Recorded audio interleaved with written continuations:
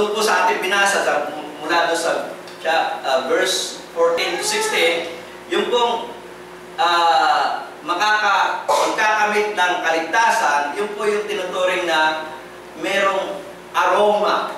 No? Ang nakalagay din po dyan sa aking translation, perfume of life to life. Okay? At yung pong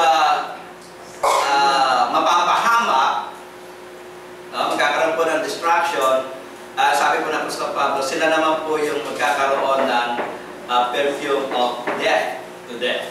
Okay? Yun po yung binasa natin doon po sa 2 Corinthians chapter 2 verse 14 to 16. So makikita natin meron ng dalawang grupo ng mga tao na dinidiscuss niya po sa Pablo sa loob mismo ng iglesia lokal ng Corinto.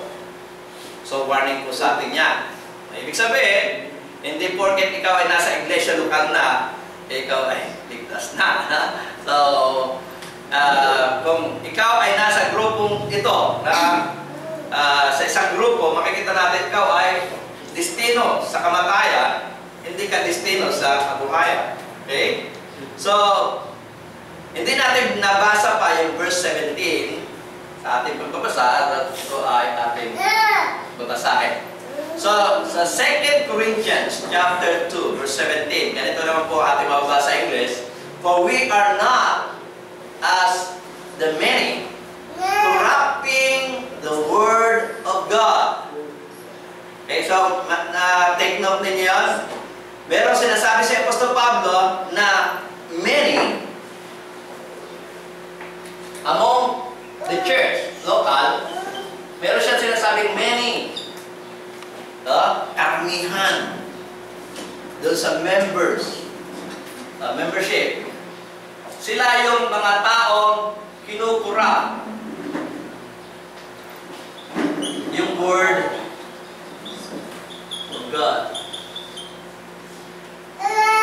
Okay? So, dalawa na naman po ito. Nakita niyo po sa akin, sabi ko na banal na kasulatan, for we are not as the many corrupting the word of God, but sila naman yan yun. No? Yung isa, nagkukorrupt ng word of God, ito naman sila, sabi, but as of sincerity.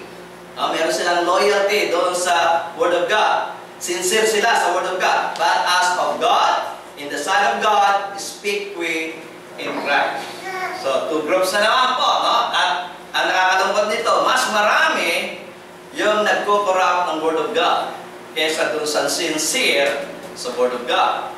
So, titignan po natin ulit yung ating table. Makikita natin those who are getting salvation, yung po yung kinukonsider na po sa Pablo, perfume of life to life.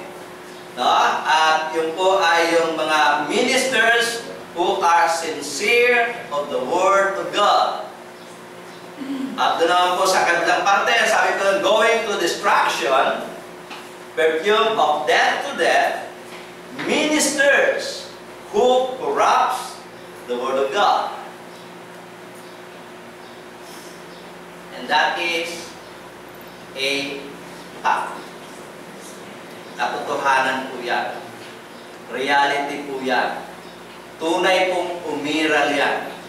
Na may mga minister na loyal, sincere sa word of God. At merong mga ministers na kinukurap nila ang word of God. Sa ibang salin po, ginagawa pa nga nilang puhunan at pakinabang. Tingnan po natin sa Tagalog. Yun po ang sinasabi ng banal na kasulatan. 2 Corinthians chapter 2 verse 17.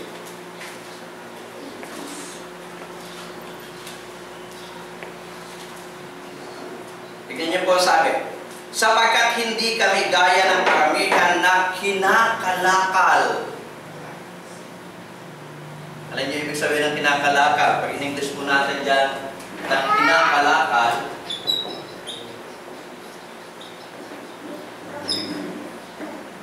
ngayon kasi yung word na kinakalakal, pag sinabi nangangalakal siya, nagpapasure. Basurero. Pero pag sinabi pong kinakalakal, ibig sabihin po dyan, merchandise. Nagtitinda, binibusiness, pinakikinabangan